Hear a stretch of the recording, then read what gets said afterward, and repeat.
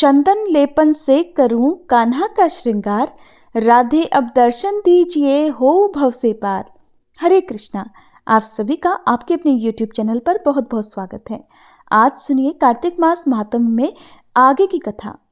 अगर आपको आज की वीडियो पसंद आए तो वीडियो को लाइक करके कमेंट बॉक्स में तुलसी माता की जय जरूर लिखिएगा। अब तक की कथाओं को भक्तिभाव पूर्वक सुनने के बाद महाराज पृथु ने देवर्षि नारद से निवेदन किया कि हे देवर्षि, आप सर्वज्ञाता हैं और मैं अज्ञानी हूँ। अब आप कृपा करके संतान वृद्धि और सुख संपत्ति देने वाली महाविद्या, महामाया, महामेधा, महास्मृति, महामोहा, महादेवी, महाईश्वरी और सर्व ईश्वरी अहोई देवी की उत्पत्ति और इनका व्रत कब और कैसे किया जाता है, इस बारे में हमें विस्तार पूर्वक बतलाइए। महाराज पृथु द्वारा इस प्रकार प्रार्थना किए जाने पर नारद जी एक प्राचीन कथा सुनाते हुए बोले कि हे राजन, एक समय कलिकाल में बड़ा भारी दुर्भिक्ष अर्थात अकाल पड़ा। भीषण अकाल और महामारी फैलने से अनेक व्यक्तियों की अकाल मृत्यु हो गई। तब सब लोग इस विपत्ति से मुक्ति पाने का उपाय सोचने लगे। अंत में निश्चय करके सबने कार्तिक कृष्ण सप्तमी को उपवास रखा। व्रत के प्रभाव से सायंकाल चामुंडा देवी हाथ में नरमुंड लिए हुए प्रकट होकर कहने लगी, मैं रुद्र सहित विहार करने के लिए यहाँ आई हूँ, परंतु समस्त संसार में पाप छाया हुआ है। ब्राह्मण वेदहीन, क्षत्रिय सामर्थहीन और वैश्य और शूद्र धर्महीन हो गए हैं। स्त्रियों ने पतिव्रत धर्म छोड़ दिया है, इसलिए सभी लोगों को अहोई का व्रत रखना चाहिए। कार्तिक कृष्ण सप्तमी और अष्टमी को केवल रोगियों को छोड़कर शेष सभी स्त्री पुरुष सारे दिन भोजन ना करके सायंकाल अहोई देवी का पूजन करें। अहोई देवी मेरा ही नाम है, इसलिए सभी व्यक्ति अहोई पूजन को मेरा ही पूजन मानकर भक्ति भाव से करें। अहोई अष्टमी पूजन का विधान बताते हुए चामुंडा देवी ने कहा, सभी व्यक्ति अपने घरों को गोबर और मिट्टी से लीपकर साफ करें, फिर लाल, पीला, हरा और सफेद रंगों से द्वार पर मेरी मूर्ति बनाएं और स्वादिष्ट पकवान बनाकर मेरी पूजा करें। जब चामुंडा देवी ये कह रही थी, तभी एक स्त्री कहने लगी कि हे माता, हम नीच लोगों का कर्तव्य भी बतलाइए। तब देवी ने कहा, तुम लोग भी मेरे भक्त हो, सो सब लोग मेरा पूजन करके तुम्हारी संतानों को पूजेंगे, तभी उनकी पूजा सफल होगी। मेरी पूजा के बाद कुम्हारिन और मालिन की भी पूजा होगी। ऐसा कहकर चामुंडा देवी अंतर ध्यान हो गई। सभी व्यक्तियों ने चामुंडा देवी के कहे अनुसार व्रत और पूजन किया तो सबके संकट दूर हो गए और फिर सारा संसार सुखपूर्वक रहने लगा। अहोई अष्टमी की कथा सुनने के पश्चात राजा पृथु ने देवर्षि नारद से पूछा, हे ऋषिवर, महीनों में कार्तिक और तिथियों में एकादशी को सर्वश्रेष्ठ क्यों माना गया है? कृपा करके ये भी बतलाइए। तब नारद जी कहने लगे, हे राजन, एक बार यही प्रश्न सत्यभामा जी ने भगवान श्री कृष्ण से पूछा था। भगवान श्री कृष्ण ने जो उत्तर सत्यभामा जी को दिया था वही मैं तुमसे कहता हूँ, ध्यान पूर्वक सुनिए। एक समय सत्यभामा जी ने श्री कृष्ण जी से पूछा कि हे प्राणनाथ, जब सभी मास और तिथियां बराबर हैं, तब कार्तिक मास और एकादशी तिथि को क्यों सर्वोत्तम माना गया है? तब श्री कृष्ण जी कहने लगे, हे प्रिय, शंख नामक एक दैत्य समुद्र का पुत्र था। वह दैत्य इतना बलवान था कि उसने इंद्र आदि देवताओं को स्वर्ग से निकालकर उनका स्थान स्वयं ले लिया। सब देवता उससे भयभीत होकर अपने बाल बच्चों सहित पर्वत की कंदराओं में चले गए। तब वह दैत्य सोचने लगा कि मैंने देवताओं का स्थान तो ले लिया, लेकिन वे जीते नहीं गए हैं। ऐसा लगता है कि देवता वेद मंत्रों से बलशाली हैं, इसलिए अब मुझे मंत्रों सहित वेदों का भी हरण कर लेना चाहिए। जब उसने ऐसा विचार किया तो वेद भी डर के मारे समुद्र में जाकर छिप गए। ब्रह्मा आदि सभी देवताओं ने संसार को वेद विहीन देखा तो सभी देवी देवता भगवान विष्णु की शरण में गए। शेष सैया पर भगवान को निद्रा मगन देखकर सभी देवताओं ने जगाने के लिए स्तुतियां, भजन, कीर्तन और गायन वादन आदि क्रियाएं करने लगे। भगवान विष्णु के जाग जाने पर सभी देवताओं ने आह्वाहन, आसन, पाद्य, अर्घ, आचमन, स्नान, वस्त्र, यज्ञोपवीत, चंदन, पुष्प, धूप, दीप, नैवेद्य, पान, परिक्रमा और नमस्कार करके भगवान का षोडशोपचार पूजन किया।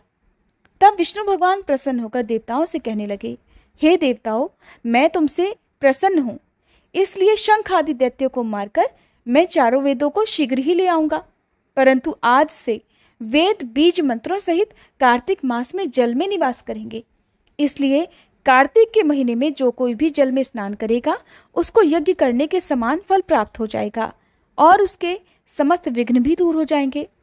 हे देवताओं, आज एकादशी के दिन आप सबने मुझे जगाया है, इसलिए सब तिथियों में कार्तिक शुक्ल एकादशी की मान्यता सबसे अधिक होगी। वस्तुतः कार्तिक और एकादशी का व्रत मुझे अत्यंत प्रिय है।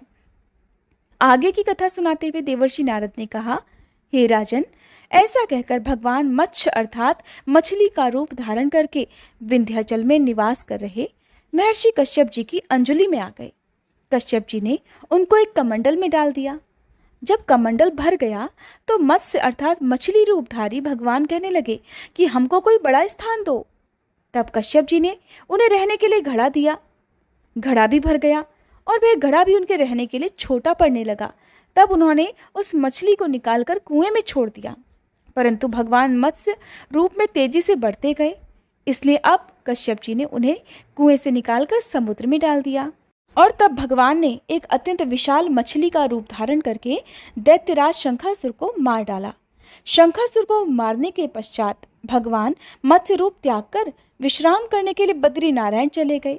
बद्री नारायण में भगवान ने देवताओं से कहा, हे देवताओं, हमने शंखासुर का वध कर दिया है, इसलिए ऋषि और मुनि जाकर समुद्र के अंदर से चारों वेदों को ढूंढ लाए और तब तक देवताओं सहित प्रयाग में मेरा निवास रहेगा। तब ऋषियों ने अपने तपोबल द्वारा समुद्र में से वेदों के 6 अंगों अर्थात छंद, व्याकरण, कोश, वैद्यक, ज्योतिष और 6 स्मृति को ढूंढ निकाला। जिस वेद का जो भाग जिस ऋषि को मिला तब से वह भाग उसी ऋषि का माना जाता है। इसके बाद समस्त ऋषि ब्रह्मादि देवताओं सहित प्रयाग में आए और उन्होंने वहां पर अश्वमेध यज्ञ किया। इसलिए प्रयाग को तीर्थों का राजा कहा जाता है। प्रयागराज में स्नान, दान और यज्ञ आदि करने वालों के जन्म जन्मांतर के पाप समूल नष्ट हो जाते हैं और वे मोक्ष के अधिकारी बन जाते हैं, इसमें तनिक भी संदेह नहीं। राजा पृथु को इतना वृतांत बताकर देवर्षि नारद फिर से कुछ क्षणों के लिए मौन हो गए। हरे कृष्णा। आज के अध्याय में बस इतना ही। इसके आगे का वृतांत आप सभी अगले अध्याय में सुनिएगा। अब सुनिए श्री तुलसी चालीसा पाठ और तुलसी माता की आरती। जय जय तुलसी भगवती सत्यवती सुखदानी, नमो नमो हरि प्रेसी श्री वृंदावन खानी। श्री हरि शीश विरजनी देहु अमर वर अम्ब, जनहित हे वृंदावनी अब न करहु विलंब। धन्य धन्य श्री तुलसी माता, महिमा अगम सदा श्रुति गाता। हरि के प्राण हूँ से तुम प्यारी, हर ही हेतु कीन्हो तप भारी। जब प्रसन्न है दर्शन दीन हो, तब कर जोरी विनय उस कीन्हो। हे भगवंत कंत मम होहु, दीन जानि जानि छाड़हु छोहु। सुनी लक्ष्मी तुलसी की बानी, दीन हो श्राप कध पर आनी। उस अयोग्य वर मांगन हारी, हो बिटप तुम जड़ तनुधारी। सुनि तुलसी ही श्रव्योत ही ठामा, करहु वास तुहु नीचन धामा। दियो वचन हरि तब तत्काला, सुनहु सुमुखी जानी होहु बिहाला। समय पाई ब्योहरो पाति तोरा, पूजहि आस वचन सत मोरा। तब गोकुल मह गोप सुदामा, तासु भई तुलसी तू बामा। कृष्ण रास लीला के माही, राधे शक्यो प्रेम लखि नाही। दियो श्राप तुलसी तत्काला, नर लोक ही तुम जन्महु बाला। यो गोप वह दानव राजा, शंख चूर्ण नामक शिर ताजा। तुलसी भई तासु की नारी, परम सती गुण रूप अगारी। अस द्वै कल्प बीति जब गयहु, कल्प तृतीय जन्म तब भयहु। वृंदा नाम भयो तुलसी को, असुर जलंधर नाम पति को। कर अति द्वंद अतुल बल धामा, कीन्हा शंकर से संग्रामा। जब निज सैन्य सहित शिव हारे, मरहि न तब हर हर ही पुकारे। पतिव्रता वृंदाती नारी, को न सके पति ही संहारी। तब जलंधर ही भेष बनाई, वृंदाढिग हरि पहुँचो जाई। शिव हित लहि करि कपट प्रसंगा, कियो सतीत्व धर्म तो ही भंगा। भयो जलंधर कर संहारा, सुनी उर शोक उपारा। तिह क्षण दियो कपट हरि तारी, लखि वृंदा दुख गिरा उचारी। जलंधर जस हत्यो भीता, सोई रावण तस हरहि सीता। अस प्रस्तर सम हृदय तुम्हारा, धर्म खंडी मम पति संहारा। यही कारण लहि श्राप हमारा, होवे तनु पाषाण तुम्हारा। सुनि हरि तुरत ही वचन उचारे, दियो श्राप बिना विचारे। लख्यो ना निज करतूत पति को, छलन चाहियो जब पार्वती को। जड़मति तुह अस हो जड़ रूपा, जग में तुलसी बिटप अनूपा।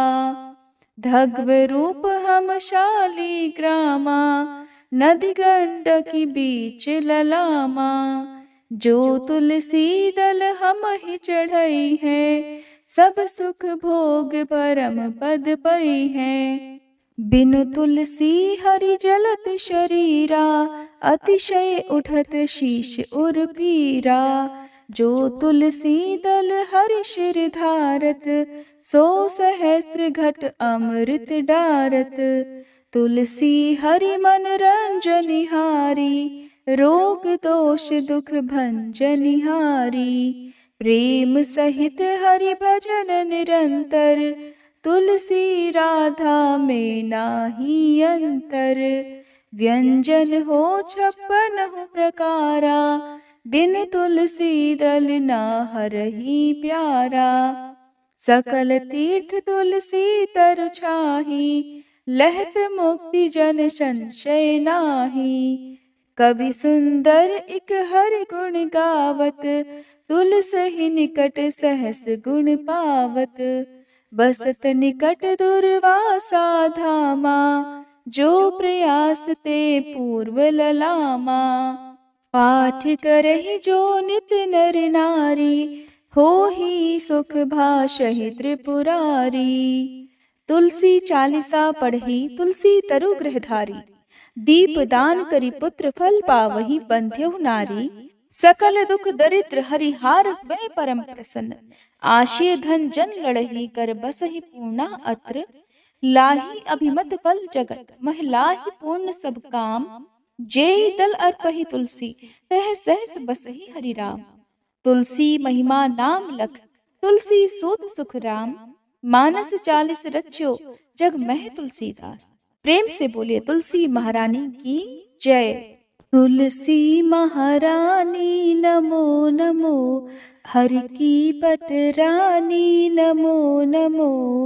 तुलसी महारानी नमो नमो, धन्य तुलसी पूरण तप कीनो। शालिग्राम बनी पटरानी नमो नमो। तुलसी महारानी नमो नमो, हर की पटरानी नमो नमो।